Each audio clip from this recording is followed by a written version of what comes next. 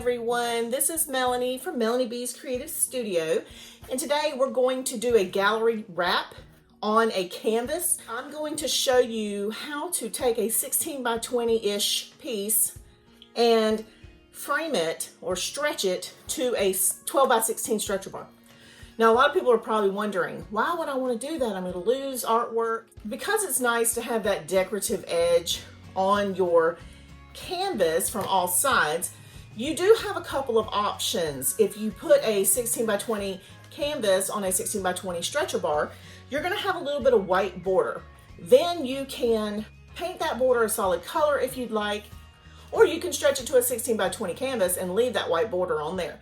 In this case, there was a lot of background, and by using a smaller canvas, I can draw attention to my fish. This is a painting that I got from Numeral Paint, and I love the design, but the paints weren't great. So because the paints weren't great, I thought, well, I can eliminate that problem by going ahead and stretching this as a gallery wrap canvas and eliminating some of that background.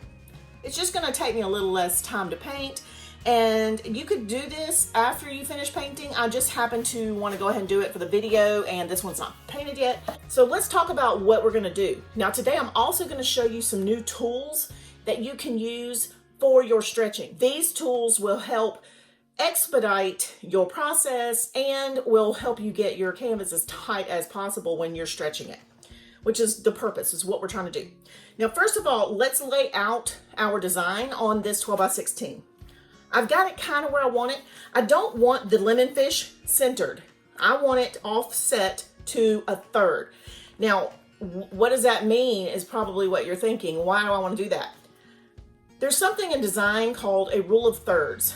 You would visually divide your piece into thirds this way and thirds this way. This is good for scrapbooking, card making, painting. It's a design tip that works for everything, photography especially.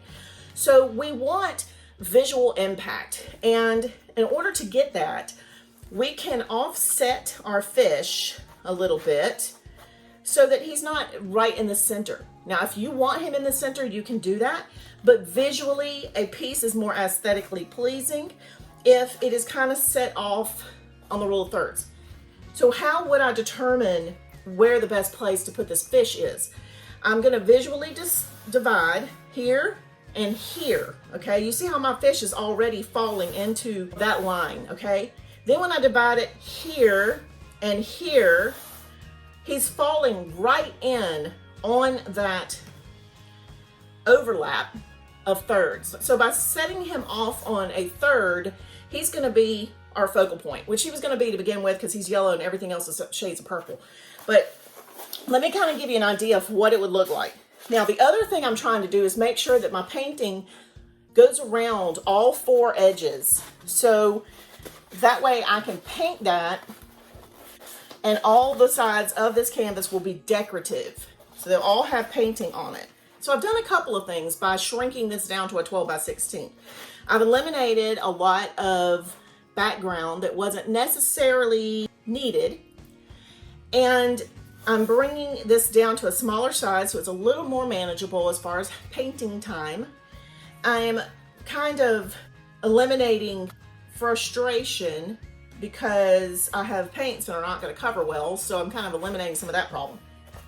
But I just need to make sure that all sides are going to wrap and have painting. So even though I'd probably like to move him a little further this way, I want to make sure that I have painting on this side. So I don't want to take him too far to where the painting won't be down on this gallery wrap. First of all, let me show you what we're working with. All right, so the base of this is not straight across. So my horizon line is a little wonky because that's just how this looks. But if I want to, I can straighten it up a little bit and nobody would really know that it was straightened. So once I've decided the position of my fish, we're gonna go ahead and stretch this piece. Now, if I happen to get this piece on here and I decide that I don't like its placement, I can use a tool like this, which I haven't received mine yet, and remove the staples easily. Now, if you don't have a tool like that, I'll take something and slide it under the staple and kind of lift it, and then I'll take a pair of pliers and pull it out. But that other tool is very handy to have, so that is what I recommend. And I'm going to put the links for everything we're talking about today in the description, including this painting. Even though I wasn't super happy, I'm still going to give you that information. I'm going to show you the tools. I'm also going to include those in the description. All right, so let's get started. What I have for tools is a cordless staple gun. Now, Reed on the group and on my YouTube channel sent me this. She ended up having 2 of them somehow, and so she sent it to me. She also sent me a box of staples. And I used to use a staple gun at the frame shop that was used on a compressor. So it had some major power. And this one is cordless, and it's a lot more heavy duty than my little FISKARS, which I do love. And if this is all you can get, this one's great. It's about $15, and the staples I think are like $4 or $5. It is a really great one to have. It's not hard to push the trigger. You know, it's good for hands that have arthritis, that kind of thing. But today we're going to use this cordless one, and it is super high powered. So, you know, I'm also going to use these. This is kind of similar to what I used in the frame shop. And what this does is it is actually designed for canvas stretching. It gives you a rubberized grip, so it's non-slip, and it's got some tooth to it. And when I'm putting the canvas, I will be pulling it with this tool, squeezing the handle, pulling the canvas as tight as I can, and then putting the staple in. So I just wanted to mention this before I start, so when you see me using it, you'll know what I'm doing. First things first, let me get some staples in the staple gun. All right, so I have a couple of options. This is a 1/2 inch, this one's a 5/8 of an inch, and this is a 3/8. So I'm gonna go with the 3/8 and try that one. I don't remember what Reed told me that she used, but this one I think would be more flush, and it's not gonna be huge, and it's not gonna be deep, which I don't need it to be deep. This canvas stretcher bar is not super deep. All right, so let's put some staples in it. We're gonna pull this out, and the staples actually go underneath like this. Then I'm gonna slam this shut. Okay, sorry, I'm trying to do this and keeping the camera, and it's not working that well. Now make sure you have the power off when you do that so you don't have any launching staples. Now I'm gonna turn the power on here, and I had already charged this. I've put in 1 staple just to hold it with my regular FISKARS staple gun. And now I'm gonna reach across. I'm pushing the stretcher bar towards me, and then I'm gonna pull this toward me, okay? I'm pulling it as tight as I can. Now I will take this tool and pull it even tighter and hold it in place while I get this gun where I need it. I start with the long sides first usually, and then I start working from the sides. I didn't realize my label was on here. Let me move that off, and I'm gonna put it on the back. Okay, so now I'm gonna pull the stretcher bar towards me and pull this part of the canvas as tight as I can. I'm just gonna use my hands for this part just to be able to get it down where I need it, and then going in with the stapler. I'm putting 1 staple. Rotate it 180 degrees. Push the bar toward me, pull the canvas that way, and up and over. Now you're gonna see it's gonna get a lot of extra canvas here. Okay, now I'm going to place a staple there. All right, so let's check our design. Now you'll see it's already pretty tight, but it's gonna get tighter as I stretch. If you have a design that has a lot of white background, that's the perfect opportunity to put it on a smaller stretcher bar. Now what I'm gonna do is I'm going to use this tool, and I'm gonna grip, I'm gonna push it and pull it like we talked about. I'm pushing the canvas bar that way, pulling this towards me, and then I'm gonna go in with a staple. Angled. I'm gonna go ahead and do this side. Now I'm trying to keep this out of the way of the staple gun, but I'm pulling it This just keeps my hands from hurting badly. Okay, now let's rotate it at 180 degrees and repeat that process.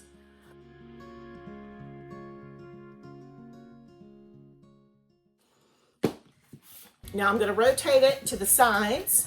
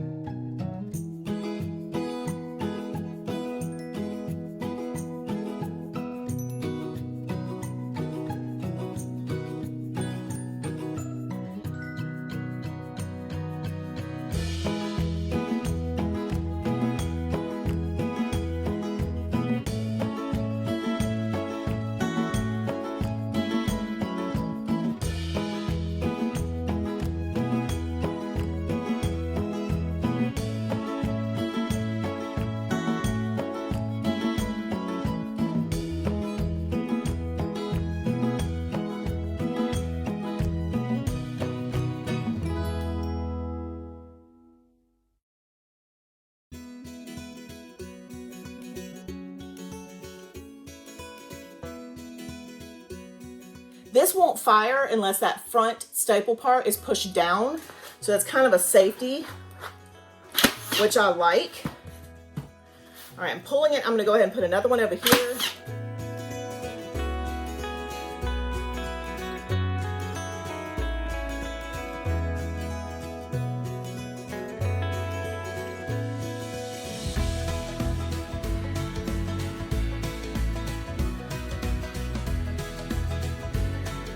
You'll notice that the corners kind of start forming themselves. So like this one is already in a point. I will go ahead and put another staple right here. And then I'm gonna pull it into the point. If I'm gonna fold this down on the bottom here and then inside on the top, then I'm gonna pull it, fold it over the corner, and then push it down. I want to make sure this is as flat as possible against the bar. And then I'm going to put 2 staples to hold it in place. And then I'm going to hammer them down just to make sure they're strong. So you can see how pretty that corner is. Now, when I get to these other corners, I will add another staple.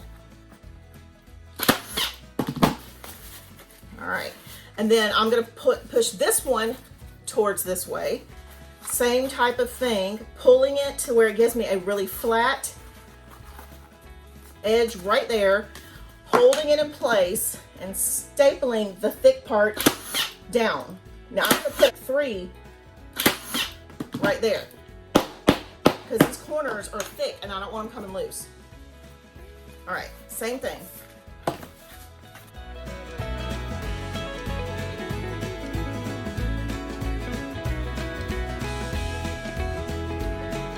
This corner is going to go this way on the long side.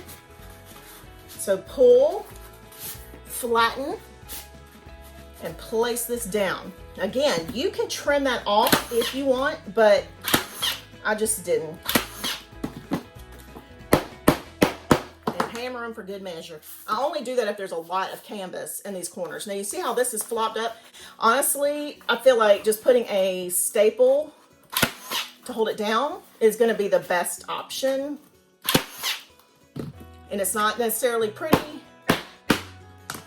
but I also like to put a white piece of mat board on the back of my piece, and that way these staples don't scratch my walls. All right, let's finish this corner and we will be done.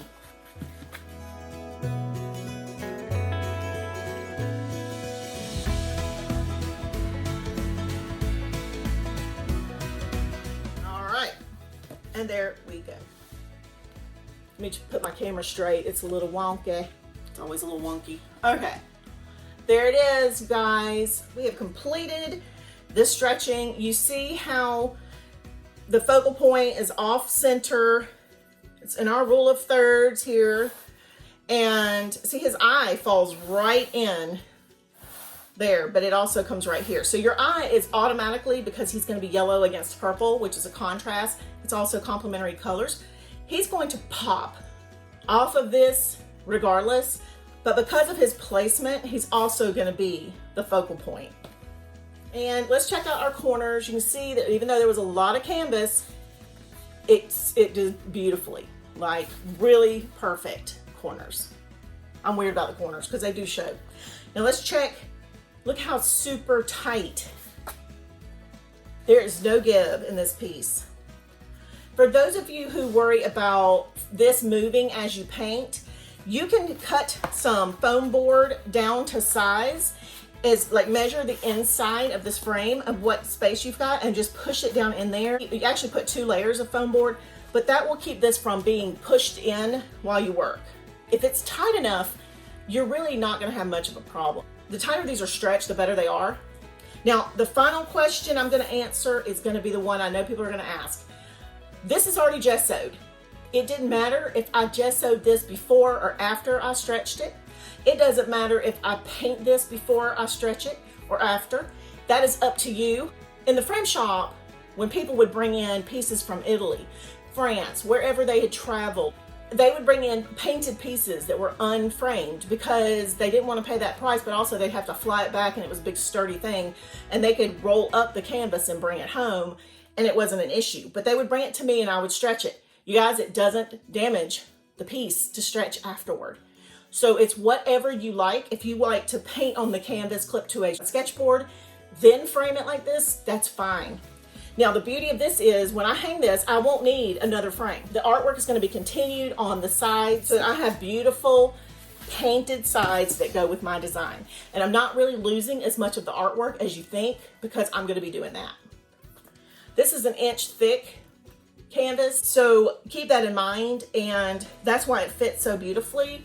And you can see I do have a pretty good bit of artwork on the back, on this side and on this side. But, you know, either way, all the art is going all the way around. And that is it, you guys. I hope you'll check out these little handy tools. I do make a small commission when you purchase from the links that I've included below for Amazon. And I appreciate that because it helps me continue to purchase new products to test and demonstrate, review and unbox. And so I just appreciate it. So when you click the link, if you stay in that link and purchase, then I do make that small commission. You don't have to pay a thing extra. It's the same price for you regardless. I get that little commission from Amazon. All right, you guys. Hope this has been super helpful. And I hope you have a wonderful day and hope you're staying safe out there. Be sure to join me on Facebook, Patreon, Instagram, and Pinterest. And don't forget to give me a thumbs up for this video. And thank you as always for watching. I will see you back soon.